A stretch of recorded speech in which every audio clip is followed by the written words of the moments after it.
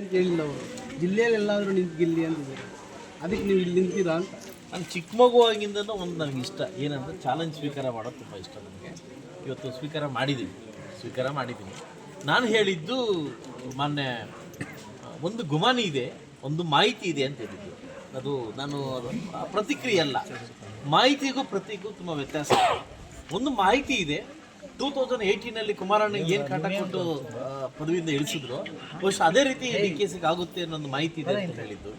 ಅದಕ್ಕೆ ಅವರು ಆರ್ಭಟ ಮಾಡಿ ಏನು ಆರ್ಭಟದಿಂದ ಮೃದು ಮಂಜು ಪುಸ್ತಕ ಗೆದ್ದಿರೋನು ಮೊನ್ನೆ ನಂಜೇಗೌಡರಣ್ಣವರೇ, ನೀವು 18 ನನ್ನ ಜೊತೆ ಬಂದವರು, ನೀವೇನು ಬ್ರಹ್ಮಲೋಕದಿಂದ ಇಲ್ಲಿಗೆ ಬಂದಿಲ್ಲ, ನೀವು ಕೂಡ ನನ್ನ ಜೊತೆ 18 ಬಂದು 75,000 ಓಟ್ ತಗೊಂಡು 23ಕ್ಕೆ 50,000 ಇಳಿದಿದ್ದೀರಿ.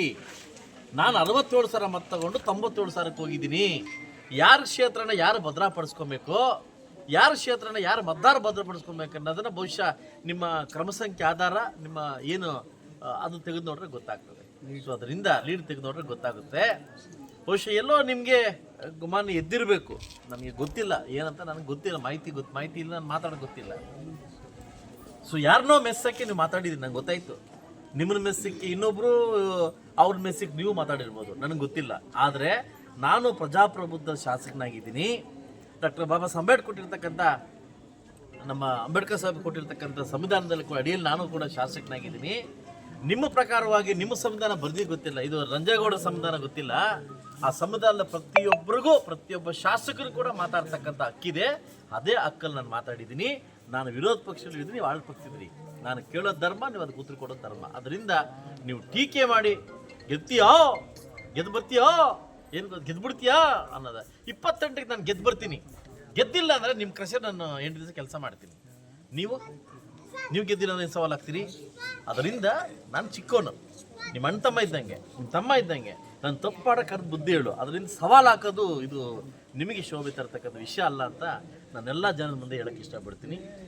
ನಮ್ಮಲ್ಲಿ ಏನೋ ಆಗ್ಬಿಟ್ಟಿದೆ, ಲೀಡ್ರ್ ಸರಿಪಡಿಸ್ಕೋ. ಅದೇ ಲೀಡ್ರನ್ನ ನೀವು ಸೋಲಿಸ್ಬೇಕಂತ ಪಣ ತೊಟ್ಟಾಗ ಜ್ಞಾಪಕ ಇರಲಿ ನಿಮಗೆ. ಇದೇ ಕೋಮೂಲ್ ಎಲೆಕ್ಷನಲ್ಲಿ ನನ್ನ ಲೀಡ್ರನ್ನ, ನಾನು ಹೊತ್ಕೊಂಡು ಹೋದ್ರೆ ಲೀಡ್ರನ್ನ, ಆಯ್ತಾ, ನಾನು ಬೆಳೆಸಿದ ಲೀಡ್ರನ್ನ ನೀನು ಪಣ ತೊಟ್ಟು ಸೋಲ್ಸೋಕೆ ಹೋಗ್ಬೋಗಂತ ಈಗ ಆಯ್ತಾ. ಈಗೆಲ್ಲಿ ನಮ್ಮ ಬಂದ್ಬಿಡ್ತು ನಿಮಗೆ ಈಗ ಹೆಂಗೆ ಬಂದ್ಬಿಡ್ತು ನಿಮಗೆ. ಇದೇ ನಾಯಕರನ್ನ ನೀವು ಸೋಲ್ಸ್ಬೇಕಂತ ಹೊರಟೋರು, ನೀವು ನಾನು ಗೆಲ್ಲಿಸ್ಬೇಕಂತ ಹೊರಟು. ನಾನು ಗೆಲ್ಸ್ಕೊಂಬಂದೆ, ನಿಮ್ಮ ಕೆಲಸ ಸೋಲ್ಸೋಕ್ಕಾಗಲಿಲ್ಲ.